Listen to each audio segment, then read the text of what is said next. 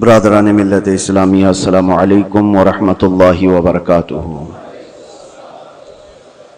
الحمد للہ وکفا وسلام علی حبیبہ المصطفیٰ، اما بعد فاعوذ باللہ من الشیطان الرجیم، بسم اللہ الرحمن الرحیم۔ الذین آمنوا وتطمئن قلوبهم بذکر اللہ، الا بذکر اللہ تطمئن القلوب، صدق اللہ مولانا العظیم۔ بارگاہ رسالت معاب صلی اللہ تعالی علیہ وسلم میں درود پاک کا ہدیہ پیش کریں۔ اللہم صلی علی سیدنا محمد معدن الجود والکرم وآلہ واصحابہ الکرام وابنہ الکریم وبارک وسلم صلاة دائمة سرمدا ابدا۔ عزیزان گرامی وقار، اللہ کے رسول صلی اللہ تعالی علیہ وسلم ارشاد فرماتے ہیں، الا وان فی الجسد مضغۃ اذا صلحت صلح الجسد کلہ واذا فسدت فسد الجسد کلہ الا وہی القلب۔ حضور پاک صلی اللہ تعالی علیہ وسلم کا فرمان عالی شان ہے کہ آگاہ ہو جاؤ، جسم کے اندر گوشت کا ایک ایسا ٹکڑا ہے، سب کے جسم کے اندر گوشت کا ایک ایسا ٹکڑا ہے کہ اگر وہ صحیح ہو گیا تو پورا جسم صحیح ہے، اور اگر وہ بگڑ گیا تو پورا جسم بگڑ جائے گا۔ وہ کیا ہے؟ الا وہی القلب۔ میرے آقا فرماتے ہیں آگاہ ہو جاؤ، وہ دل ہے، وہ دل ہے۔ دل اگر صحیح رہا تو پورا جسم صحیح رہے گا۔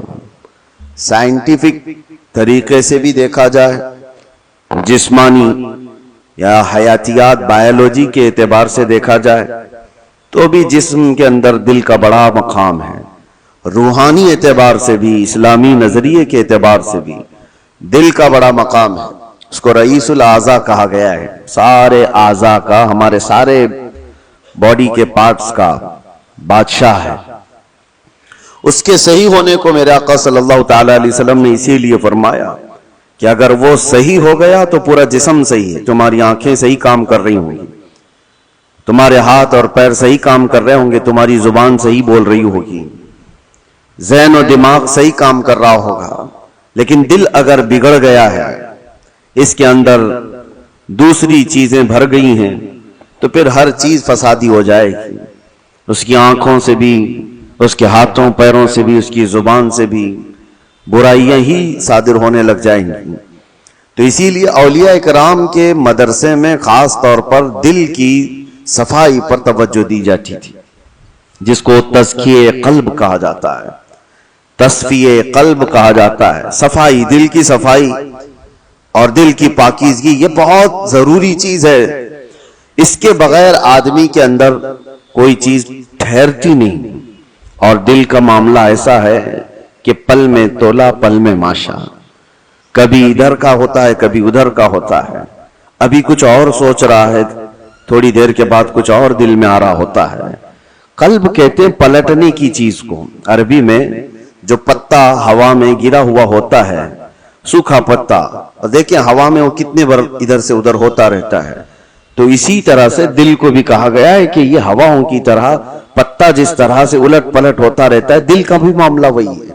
اور دوسری ایک حدیث ہے، اللہ کے رسول صلی اللہ علیہ وسلم ارشاد فرماتے ہیں، تم کیا سمجھتے ہو کہ دل تمہارے کنٹرول میں، تمہارے قابو میں؟ ان القلب بین اصبعی الرحمن، بے شک دل اللہ کی دو انگشت قدرت کے بیچ میں ہے، جس طرف چاہے رب تعالیٰ اسے گھما دے۔ اسی لیے رسول کریم صلی اللہ تعالی علیہ وسلم جب نمازوں میں دعا کرتے تھے تو ایک دعا حضور سے یہ بھی ثابت ہے، ہمیشہ میرے آقا یہ دعا کرتے تھے، یا مقلب القلوب ثبت قلبی علی دینک، اے دلوں کو پھیرنے والے خدا، میرے دل کو اپنے دین پر قائم رکھ۔ یہ دعا آپ بھی کیا کریں کہ رسول کریم صلی اللہ تعالی علیہ وسلم نے ہمیں تعلیم دی ہے اس چیز کی کہ دلوں کو پھیرنے والے خدا، آج تو دل تیرا، آج تیری طرف سے دیا ہوا یہ دل اسلام پر ہے، ایمان پر ہے، کیا پتا کل کا آنے والا دن اس دل کو کس طرف پھیر دے، آنے والے حادثات دل کے اندر کیا چیزیں پھیلا دیں، کیا چیزیں ڈال دیں۔ اچھے اچھے لوگوں کو بگڑتے ہوئے دیکھا ہے، اسی لیے ہمیشہ اس بات کی طرف رہیں کہ اللہ تبارک و تعالی ہمارے دل کو اپنی دین پر اور اپنی عبادت پر قائم رکھے۔ دوسری چیز یہ قلب کے متعلق قرآن نے کیا کہا؟ الذین آمنوا وتطمئن قلوبہم بذکر اللہ۔ ہاں، یہ دل کا اطمینان کہاں سے ہے؟ آج پتہ ہے آپ کو پورے ورلڈ میں، دنیا میں سب سے زیادہ کامن چیز جو بیماری ہے لوگوں کو، وہ دل کی بے چینی، دل کی گھبراہٹ۔ اب اس کو بایولوجی کے اعتبار سے بلڈ پریشر کہا جائے، بی پی کہا جائے کہ خون کا دوران اس میں پریشر زیادہ ہو جاتا ہے، یہ سارا کا سارا معاملہ دل سے ہی تو ہے۔ اس کو سائنسی نظریے سے دیکھنے والے لوگ الگ الگ طریقے سے سمجھتے ہیں کہ دل کے اندر چکناہٹ زیادہ آ گئی، خون میں موٹاپا آ گیا ہے، بلڈ جو ہے وہ تھوڑا سا تھک ہو گیا ہے، جس کی وجہ سے دوران خون کم ہو گیا اور پریشر بڑھتا گیا اور بی پی آ گیا، اٹیک آ گیا ہے، فلاں فلاں چیزیں۔ اس کو بایولوجی کے اعتبار سے دیکھنے والے، لیکن صوفیہ اکرام فرماتے ہیں جب جب گناہ زیادہ ہوتے ہیں دل کے اوپر دورہ بڑھ جاتا ہے، دل کی بے چینی اور گھبراہٹ بڑھ جاتی ہے۔ جب کبھی دل کے اندر بے چینی اور گھبراہٹ ہو تو صوفیہ اکرام فرماتے ہیں سب سے پہلے توبہ کرو، توبہ کرو، اللہ کریم کی بارگاہ میں اپنے آنسو بہاؤ، دیکھنا دل تمہارا ہلکا ہو جائے گا۔ اور قرآن کیا کہتا ہے؟ قرآن یہ کہتا ہے جو ایمان والے لوگ ہیں ان کے دلوں کا اطمینان اللہ کے ذکر سے ہوتا ہے۔ الا بذکر اللہ تطمئن القلوب، آگاہ ہو جاؤ، اللہ کے ذکر سے دلوں کو سکون ملتا ہے۔ اور یہاں حال یہ ہے کہ جو ایمان والے ہیں وہ مہینوں ہو جاتا ہے اللہ کا ذکر نہیں کرتے، تو پھر دل کو انہوں نے بے چین ہی تو رکھا ہے، دل کو غذا نہیں دی ہے، دل کو ایسی آوارہ چھوڑ رکھا ہے۔ ارے میاں، جسم کو صبح سے لے کر رات تک کھانا نہ دو تو یہ نڈھال ہو جاتا ہے، چکر آنے لگ جاتے ہیں۔ اگر 2-3 دن کھانا نہ دیا جائے تو جسم تو ختم ہی ہو جاتا ہے۔ تو جب جسم کمزور ہوتا ہے بغیر غذا کے تو دل بھی کمزور ہوتا ہے بغیر غذا کے، اور دل کی غذا ہے اللہ کا ذکر۔ اللہ کا ذکر جب جب ہو تو یہ دل کو پاورفل بناتا ہے، دل کے اندر مضبوطی آتی ہے۔ 2 چیزیں خاص کر لیں اپنی زندگی میں، ایک استغفار کثرت سے، استغفر اللہ ربی من کل ذنب واتوب الیہ، بیٹھتے اٹھتے جس وقت بھی ہو استغفار کثرت سے کرو کہ توبہ کرنا ہے۔ نہ جانے ہماری آنکھیں ابھی کیا کر کے آئی ہیں، پتہ نہیں ہمارے ہاتھوں نے کیا کر دیا، ہماری زبان نے کیا کیا، دن بھر کی خطائیں یہ بڑھتی چلی جاتی ہیں۔ اور ایک حدیث یہ بھی ہے کہ جب انسان پیدا ہوتا ہے نا تو اس کا دل بالکل صاف شفاف آئینے کی طرح ہوتا ہے، صاف شفاف ہوتا ہے آئینے کی طرح۔ جب وہ گناہ کرتا ہے تو ایک کالا دھبا اس کے دل پر لگا دیا جاتا ہے، ایک دھبا، پھر دوسرا گناہ کرتا ہے دوسرا دھبا، تیسرا گناہ کرتا ہے تیسرا دھبا، تو یہ دھبے، یہ داغ بڑھتے بڑھتے بڑھتے پھر پورے دل کو کالا کر دیتے ہیں، پورا دل سیاہ ہو جاتا ہے۔ اور جب دل کالا ہو جائے تو اس کی علامتیں یہ بتائی گئی ہیں کہ مسجد میں زیادہ دیر بیٹھنے کا من نہیں کرتا، قرآن زیادہ دیر پڑھنے کی طبیعت نہیں چاہتی، جلدی سے قرآن بند کر دو، جلدی سے مسجد سے نکل کر بھاگ جاؤ، نیکیوں کی طرف اس کی رغبت نہیں ہوتی، جیب میں پیسے ہوں گے لیکن کسی کو خیرات کرنے کا دل نہیں کرتا۔ تو یہ دل کے کالے ہونے کی علامات ہیں، سیاہ ہونے کی علامات ہیں۔ یہ ایکسرا مشین سے اور سونوگرافی سے معلوم ہونے والی چیزیں نہیں ہیں، یہ اللہ کے نبی صلی اللہ تعالیٰ علیہ وسلم نے بیان فرمایا۔ اب اس کے علاج کی طرف ہمیں توجہ دینی۔ آج دنیا نے ہمارے دلوں کو اپنے رنگین گناہوں سے سیاہ کر ہی دیا ہے۔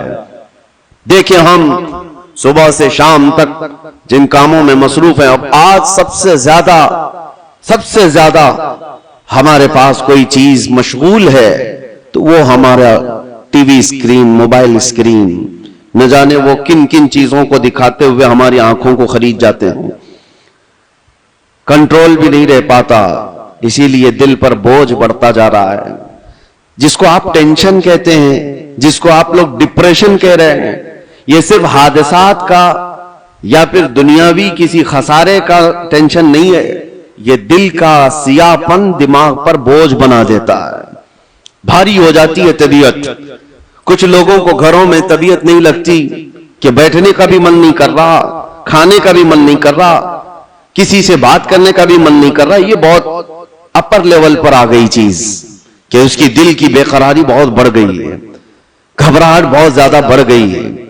اسی لیے ہم صوفیہ اکرام کو دیکھتے ہیں جب کبھی کسی کے دل کی بے چینی بڑھ جاتی, گھبراہٹ بڑھ جاتی, تو وہ کسی اللہ والے کی بارگاہ میں چلے جاتے تھے, صوفیہ اکرام کی بارگاہ میں چلے جاتے, آستانوں پر چلے جاتے, اللہ کا ذکر کرتے, پھر وہ اپنے دل کی پاکیزگی لے کر کے واپس لوٹتے. وجہ کیا ہے؟ اب میں علاج کی طرف آتا ہوں کہ دل کو پاک کرنا ہے تو کیا چیز چاہیے. کئی علاج ہیں, اس میں سب سے پہلا تو ذکر الہی. اللہ کے رسول صلی اللہ تعالی علیہ وسلم نے جو فرمایا اس کو بھی میں آپ کے سامنے رکھتا ہوں. پہلے ہم چل رہے ہیں کہ اسلام میں ہر چیز کے پاک کرنے کا طریقہ بتایا گیا. کپڑے پر اگر نجاست لگ گئی تو پاک کرنے کا طریقہ ہے. نجاست, پیشاب, پخانہ, کسی بھی چیز کی غلاظت لگی ہو تو اس کو پاک کرنے دھلنے کا طریقہ ہے. کپڑے کو 3 بار دھو, 3 بار نچوڑو, اچھے سے سکھاؤ, کپڑا پاک ہو جائے. برتن میں نجاست لگ جائے تو اس کے پاک کرنے کا طریقہ ہے. اگر پانی کی بالٹی میں کوئی نجاست گر گئی اس کو پاک کرنے کا بھی طریقہ ہے. فقہ میں سب کے کنویں میں نجاست گر گئی, کنواں تھا اس میں چوہا گر گیا, بلی گر گئی, بکری, کتا, جو بھی جس سائز کا ہے اس کے سب کے مسئلے موجود ہیں. کتنے ڈول پانی نکالنے پر یہ پانی پاک ہو جائے گا. زمین کے پاک کرنے کا بھی طریقہ ہے. زمین پر اگر نجاست لگی, مثال کے طور پر کسی جانور نے لید کر دیا, گوبر کر دیا, اب نجاست تو لگی ہے, اس کو پاک کیسے کیا جائے؟ تو فقہ کا قانون ہے کہ زور بارش ہو جائے یا آپ تیزی سے اس پر پانی بہاؤ اور پھر تیز دھوپ پڑ جائے, زمین سوکھ گئی تو وہ زمین پاک ہو گئی, کیونکہ اب اس کو نچوڑا نہیں جا سکتا. زمین تو جہاں ہے وہی. تو اس کا قانون یہ ہے کہ تیز بارش ہو گئی اور تیز دھوپ پڑ گئی, سوکھ گئی زمین تو پاک ہو گئی. بارش نہیں ہے تو تیز پانی مار دیا اور اس کے بعد دھوپ لگنا ضروری ہے, تیز دھوپ اس کو لگی ہو تو زمین پاک ہو گئی. تو یہ نجاستوں سے پاک کرنے کے طریقے. اب آئیے میں آپ کو بتاتا ہوں, دل پر نجاست لگی ہو یہ کیسے پاک کیا جائے.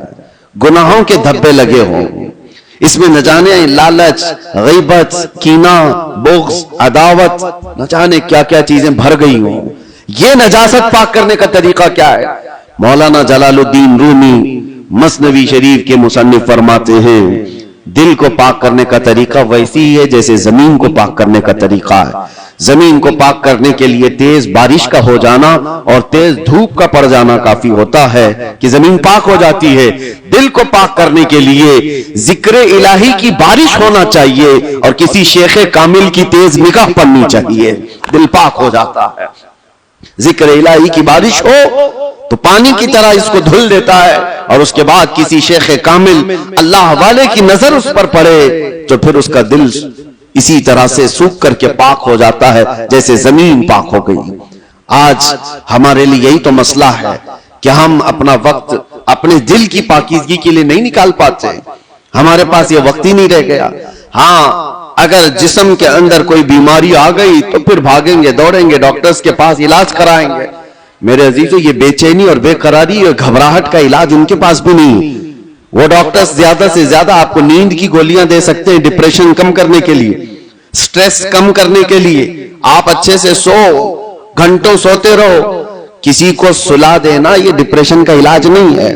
اور کچھ تو ڈاکٹرز کے پاس جا کر ڈپریشن کا علاج گولیوں سے لے کر کے آ گئے اور کچھ اپنے ہاتھوں علاج کرنے کے لیے سگریٹ پینے لگ گئے, اپنے ہاتھوں علاج کرنے کے لیے وہ بیڑی گٹکا کھانے لگ گئے. ان کو یہ لگتا ہے کہ جیسے ہی ڈپریشن ہوگا, ٹینشن ہوگا, سگریٹ پھونکوں گا تو ٹینشن فری. اس سے 2 قدم آگے بڑھ کر کچھ لوگ شراب کی طرف چلے گئے, اس سے آگے قدم بڑھ کر کے چرس, افیون, گانجا اس پر چلے گئے. ان سب سے پوچھو تو یہ کی جواب دیتے ہیں ٹینشن فری ہو جاتے یہ لے کر کے. سگریٹ والا بھی, شراب والا بھی, چرس گانجے والا بھی اس کو یہ لگتا ہے کہ یہ لینے کے بعد ایسا لگتا ہے میں ہواؤں میں اڑ رہا ہوں، اس کے بعد نشہ اترنے کے بعد پھر کیا ہوتا ہے؟ یہ تو اس طرح سے ہے کھجلی کی بیماری، جب تک کھجاتے رہو اچھا لگے، ہاتھ چھوڑ دو تو پھر جلن شروع ہو جائے، چمڑی چھل جائے۔ گناہوں کا یہی معاملہ ہے، کرنے کے وقت تھوڑی سی لذت، لیکن وہ بڑے داغ دھبے چھوڑ جاتے ہیں، بے چینی اور بڑھ جاتی ہے، گھبراہٹ اور بڑھ جاتی ہے۔ میں نے تڑپتے ہوئے لوگوں کو دیکھا ہے جن کو نشہ نہیں دیا گیا، جو نشہ کے ایڈکٹ تھے، ان کو اگر اچانک روک دیا گیا تو پھر وہ ہاتھ پاؤں ایسے مارتے ہیں کہ ان کے ہاتھ میں چاقو آ جائے تو کسی کو مار بھی ڈالیں، ان کے پاس جو کچھ بھی آ جائے وہ سامنے والے کو قتل بھی کر دیں اپنے نشہ کے لیے۔ وجہ کیا ہے؟ دل کو اتنا بے چین اور بے قرار کر دیا انہوں نے دنیاوی یہ غلاظتوں سے علاج کرنے کے چکر میں کہ وہ دل کی بے چینی ہائی لیول پر بڑھ گئی۔ دل کی بے چینی اور بے قراری نشہ سے صحیح نہیں ہوتی، دل اللہ کا بنایا ہوا ہے، یہ رحمان کا بنایا ہوا ہے، علاج بھی اسی کے ذکر سے ممکن ہے، اللہ ہی کے نام سے یہ دل کو سکون ملتا ہے۔ اسی لیے مولانا جلال الدین رومی رحمت اللہ تعالی علیہ ایک بات اور بھی کہتے ہیں، خانہ کعبہ دیکھا ہے؟ خانہ کعبہ، توجہ چاہتا ہوں، خانہ کعبہ اتنا معظم، اتنا مقدس ہے کہ اس کے لیے کروڑوں مسلمان پوری دنیا کے اطراف و اکناف سے آ کر طواف کرتے ہیں، بوسے دیتے ہیں، سینہ لگاتے ہیں۔ یہ خانہ کعبہ اللہ کا گھر ہے، لیکن مولانا روم فرماتے ہیں ہے تو کعبہ، یہ ابراہیم خلیل اللہ کی بنائی ہوئی عمارت ہے، ابراہیم خلیل اللہ علیہ السلام کی بنائی ہوئی عمارت ہے کعبہ۔ اور وہ کہتے ہیں کہ کعبہ بنائے خلیل اطہرست، وہ دل گزرگاہ رب جلیل است، لیکن دل جو ہے مومن کا دل، اللہ کے رسول نے فرمایا قلب المؤمن عرش اللہ، مومن کا دل اللہ کا عرش ہوتا ہے۔ کعبہ ابراہیم خلیل اللہ نے بنایا، دل تو رب ذوالجلال نے بنایا۔ تو کہا ہے مولانا روم نے کہ کعبے سے بھی افضل ہے مومن کا دل، کعبے کی بے حرمتی اس سے بڑھ کر کے مومن کے دل کی بے حرمتی ہے، مومن کے دل کا مقام اور بھی بلند کیا گیا۔ اسی لیے میرے عزیزو، حضور پاک صلی اللہ تعالی علیہ وسلم نے جو فرمایا اتقوا فراست المؤمن فإنه ينظر بنور اللہ، اس کا مطلب کیا ہے؟ حضور نے فرمایا مومن کی فراست سے ڈرو، اس لیے کہ جب وہ دیکھتا ہے تو اللہ کے نور سے دیکھتا ہے۔ یہ کس کے لیے فرمایا گیا؟ وہ مومن صالح جس کا دل پاک ہے۔ ہوتا کیا ہے میں آپ کو بتاؤں، جس کا دل پاک ہے، اولیاء کاملین کی بارگاہوں میں جانے کے وقت ہوتا کیا ہے؟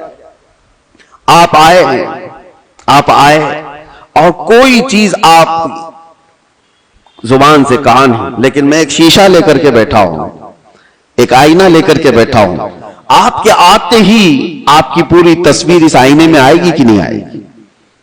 کچھ نہیں کہا آپ نے، بولا کچھ نہیں، اور میں آپ کی تصویر پوری آئینے کے اندر دیکھ سکتا ہوں۔ بزرگان دین کے دلوں کا معاملہ ایسا ہی ہے، وہ اتنا پاک دل ہوتا ہے، جو بھی سامنے جاتا ہے اس کے دل کی ساری تصویر ان کے دل پر چھپ جاتی ہے، وہ یہ تک بھی جانتے ہیں کہ یہ کیا چیزیں لے کر کے آیا ہے۔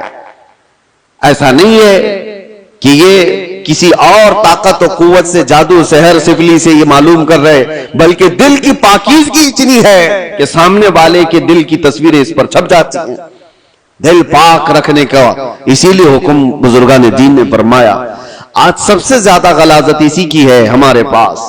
میں ایک اور بات آپ سے پوچھتا ہوں، یہ اللہ کا گھر ہے، مسجد ہے، مسجد میں کوئی اگر غلاظت لا کر کے پھینک دے تو کیا آپ برداشت کریں گے اسے؟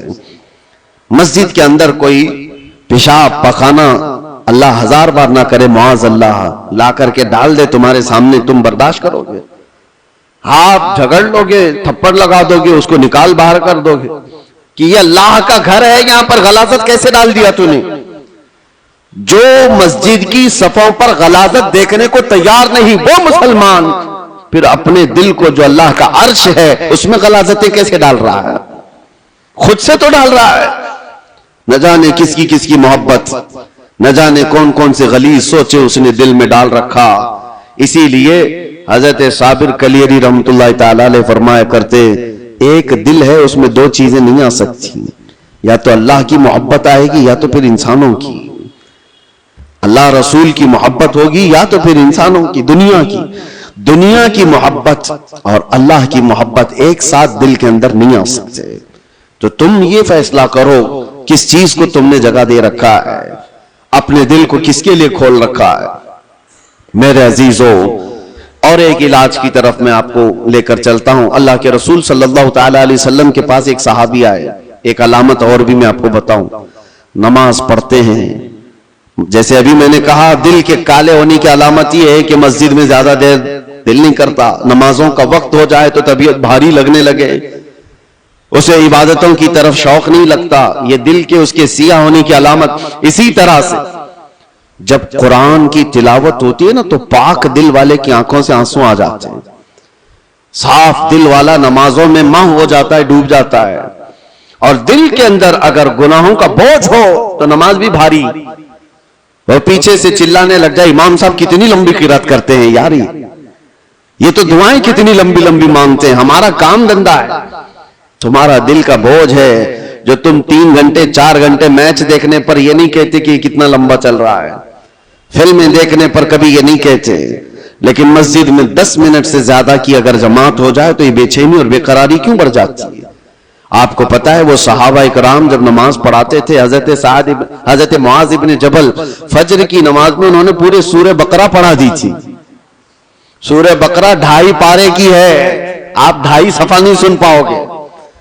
2.5 پارے تقریباً انہوں نے پورے فجر کی نماز میں پڑھا دی. وہ صحابہ نہ ہوتے تھے سننے میں. اب جس بات کے لیے میں یہ کہہ رہا ہوں، نمازوں میں اگر بے چینی اور بے قراری بڑھ گئی ہے تو کیا کرنا چاہیے. ایک صحابی آئے تھے حضور کی بارگاہ میں، یوں کہا یا رسول اللہ صلی اللہ علیہ وسلم، دوسرے لوگ سب جو آپ کے پیچھے نماز پڑھتے ہیں تو روتے ہیں، گڑ گڑاتے ہیں، اللہ کو یاد کرتے ہیں، مجھے رونا نہیں آتا، قرآن پڑھنے پر مجھے اشک نہیں آتے. حضور پاک صلی اللہ علیہ وسلم نے فرمایا تمہارا دل سخت ہو گیا ہے. یہ فرمایا تمہارا دل سخت ہو گیا ہے، اس کو نرم کرو. کہا کیا کروں؟ کیا علاج میرے آقا نے بیان کیا. وظیفے تو کرتے ہی رہتے ہیں. حضور پاک صلی اللہ تعالی علیہ وسلم فرماتے ہیں جاؤ کسی یتیم بچے کے سر پر ہاتھ پھیرو، اللہ دل نرم کر دے گا. ایک علاج یہ بھی میرے آقا نے فرمایا، یتیموں کے لیے دل میں اپنے احساس پیدا کرو، دل نرم ہو جائے گا. آج سچ بتاتا ہوں میرے عزیزوں، ڈھونڈو ہزاروں ایسے غربا اور مساکین جن کی آنکھوں کو پوچھنے والا کوئی نہیں، جن کی ٹھنڈی اور گرمیوں کے سلسلے میں کوئی دیکھنے والا نہیں. ان بچوں کے لیے اگر احساس بھی دل کے اندر ہو، ایک آنسو کا قطرہ بھی نکلے تو تمہارا دل نرم ہو جائے گا. آپ کو پتا ہے جب کبھی میں ان فلسطین کے بچوں کو دیکھتا ہوں، رمضان آئے، عید آئے تو اپنے والدین کی قبروں پر جا کر بیٹھ جاتے ہیں، اور کوئی بچہ اپنے باپ کو پکار رہا ہوتا ہے کہ بابا مجھے سن رہے ہو، آج عید کا دن ہے، کوئی کپڑے پہنانے والا نہیں. تو یہ زمانے رسول یاد آتا ہے. یہ وہ یتیم ہے کہ اگر میرے آقا کے زمانے میں پکارے ہوتے تو میرے آقا کندھوں پر بٹھا لیتے تھے. آج امت پر کچھ احساس نہیں ہوتا. ان کی چیخیں، ان کی پکار کو سن کر کے سب ہم اپنے اپنے عیش میں مصروف رہتے ہیں. اپنے دل کے اندر احساس پیدا کرو، دل نرم ہو جائے گا. اور ہم تو جھڑکیاں دے کر کے لوگوں کے تلاشی میں لگ جاتے ہیں، اس کا تو دھندا ہے مانگنے کا، اس کا تو دھندا ہے کمانے کا، یہ غریب نہیں ہے، یہ ایسا ہے ویسا ہے، ساری پنچایت میں تو لگے رہتے ہیں. کیا کوئی یتیم ملتا ہی نہیں، کوئی مسکین ملتا ہی نہیں جس کے سر پر ہم ہاتھ رکھیں؟ میرے عزیزو آج کے دور میں بھی بہت ہے اس طرح کے کچھ غیرت مند لوگ وہ ہیں جو زندگی پر سوال نہیں کرتے. کل کی بات میں بتاؤں، کل ہی کی بات، میرے پاس ایک خاتون کا ایسا مسئلہ آیا جس کے 3 بچے معذور ہیں. ایک 14 سال کا، دوسرا 12 سال کا، تیسرا 9 سال کا. تینوں بستر پر، ہاتھ پاؤں مڑے ہوئے، سر جھکا ہوا، نہ بول سکتا ہے نہ ہاتھ اٹھا سکتا ہے، پیشاب پخانہ سب بستر پہ. اور شوہر کا انتقال ہو چکا. 3 بچوں کو پالنے کے لیے وہ خاتون کہتی ہے میرے پاس 1 گھنٹے کی بھی فرصت نہیں ہوتی.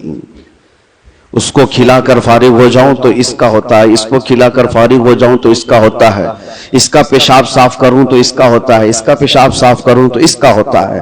میں نہ جاب کر سکتی ہوں، نہ کمانے کے لیے جا سکتی ہوں، مجھے بتائیں کہ یہ 3 بچوں کو جس طرح سے پالنا ہے۔ اور آخر میں اس خاتون نے جو بات کہی میرے دل پر لگی۔ میں نے کہا گھبراہٹ اور بے چینی میں کفر تو نہیں کرتی کہ میرے گھر میں ایسا کیوں ہو گیا؟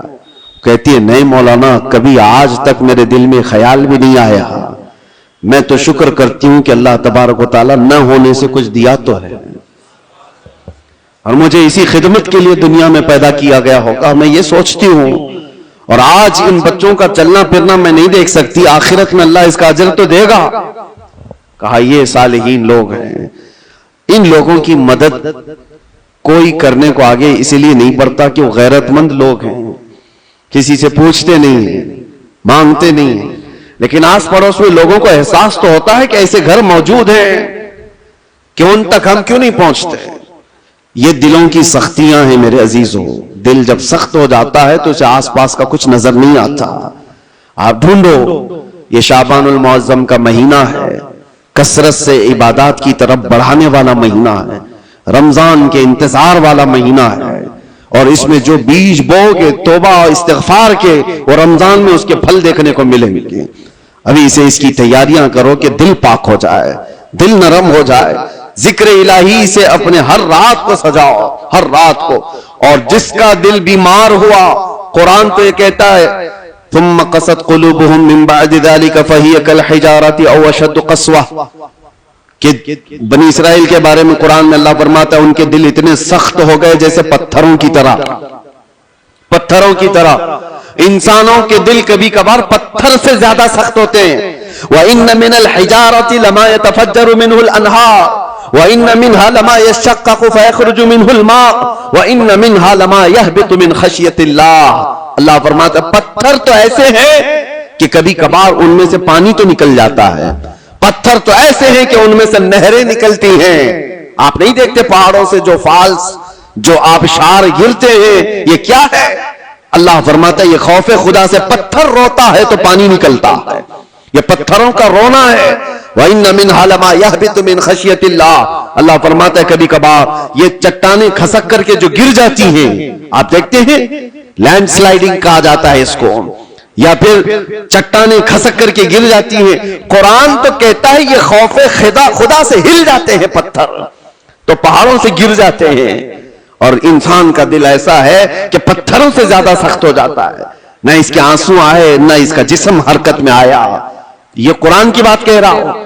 تو جب اتنا سخت ہو جاتا ہے دل، تو یہ بھی کہا گیا کہ انسان کا ہائی لیول کا جب سخت دل ہو جاتا ہے تو وہ اپنی ماں اور بیٹی میں اور بیوی میں فرق کرنا بھول جاتا ہے، وہ عام عورت میں اپنی رشتوں میں فرق کرنا بھول جاتا ہے، حلال اور حرام کی تمیز اس سے نکل جاتی ہے، اور اس کو نماز اور غیر نماز کے اوقات میں کوئی فرق نہیں لگتا، یہاں تک کہ بڑھتے بڑھتے اسلام اور کفر کے بیچ کی دیوار کو بھی وہ ختم کر جاتا ہے۔ دل کی سختی آدمی کو، وہ دلوں کی سختیاں ہی تو تھی جو مکہ والے اپنی پیدا ہوئی بچیوں کا گلا مروڑ کر زندہ دفن کر دیتے تھے۔ وہ دلوں کی سختیاں ہی تو تھی کہ وہ اپنی ماں اور بہنوں کو بازاروں میں لا کر کے بیچ دیتے تھے۔ وہ دلوں کی سختیاں ہی تو تھی کہ قافلے کے قافلے لوٹ کر کے ان کو مار دیا کرتے تھے۔ دل جب سخت ہوتا ہے تو آدمی یہ تمام گناہوں کی طرف جاتا ہے۔ جتنے بھی کرائم بڑھتے ہیں، میں نے دیکھا ہے کچھ لوگ کرمنل وہ اس طرح سے سامنے والے کو قتل کر دیتے، مرڈر کر دیتے، یہ دلوں کی سختیاں ہیں۔ اور دل نرم ہو تو چونٹی کو بھی ہاتھ لگانے سے ڈرتے رہتے ہیں۔ آپ کے اندر اگر دل نرم ہے تو آپ جانور کو بھی مارنے سے کتراتے ہیں نہیں، اور دل سخت ہو جائے تو پھر اس کے سامنے کوئی تمیز نہیں ہوتی۔ اس لیے سب سے پہلے دل کا علاج کریں۔ اپنے دلوں کا علاج اللہ کے ذکر سے ہے، کثرت سے اللہ کا ذکر کریں۔ یا اللہ یا رحمان یا رحیم، دل مارا کن مستقیم۔ ہمارے بزرگان دین جب بیعت کرتے تھے تو سب سے پہلے یہ پڑھاتے تھے، اے اللہ، اے رحمان، اے رحیم، دل مارا کن مستقیم، میرے دل کو، ہمارے دل کو استقامت عطا فرما دے۔ ہمارے دل کو صراط مستقیم عطا کر دے، گھبراہٹ اور بے چینی سے آزاد کرا دے۔ تو یہ سب سے پہلے بیعت کرنے کے وقت بھی پیر و مرشد پڑھاتے تھے، اسی لیے کثرت سے پڑھو یا اللہ یا رحمان یا رحیم، یا اللہ یا رحمان یا رحیم، دل مارا کن مستقیم بحق ایاک نعبد و ایاک نستعین۔ اللہ تبارک و تعالی اس دعا سے دلوں کو نرم فرما دے گا، دلوں کی سختیاں ختم ہو جائیں گی۔ اللہ کریم رمضان سے پہلے ہمارے دلوں میں نیکیوں کی فصلیں اگا دے، ہماری آنکھوں سے اشک روا ہو جائے، ہمارے دلوں کی سختیاں ختم ہو جائیں۔ مولا کریم امت مصطفیٰ پر یہ آنے والا رمضان خیر و برکت والا بنا دے، سعادتوں اور رحمتوں والا بنا دے، ہماری زندگی تھوڑی اور طویل کر دے مولا، کہ ہمیں اس سال کا رمضان دیکھنا نصیب ہو جائے۔ اے قدیر و جبار خدا، اس شعبان المعظم کے اخیر میں ہم سب کی بخشش کا اعلان فرما دے۔ وآخر دعوانا الحمدللہ رب العالمین۔ السلام علیکم۔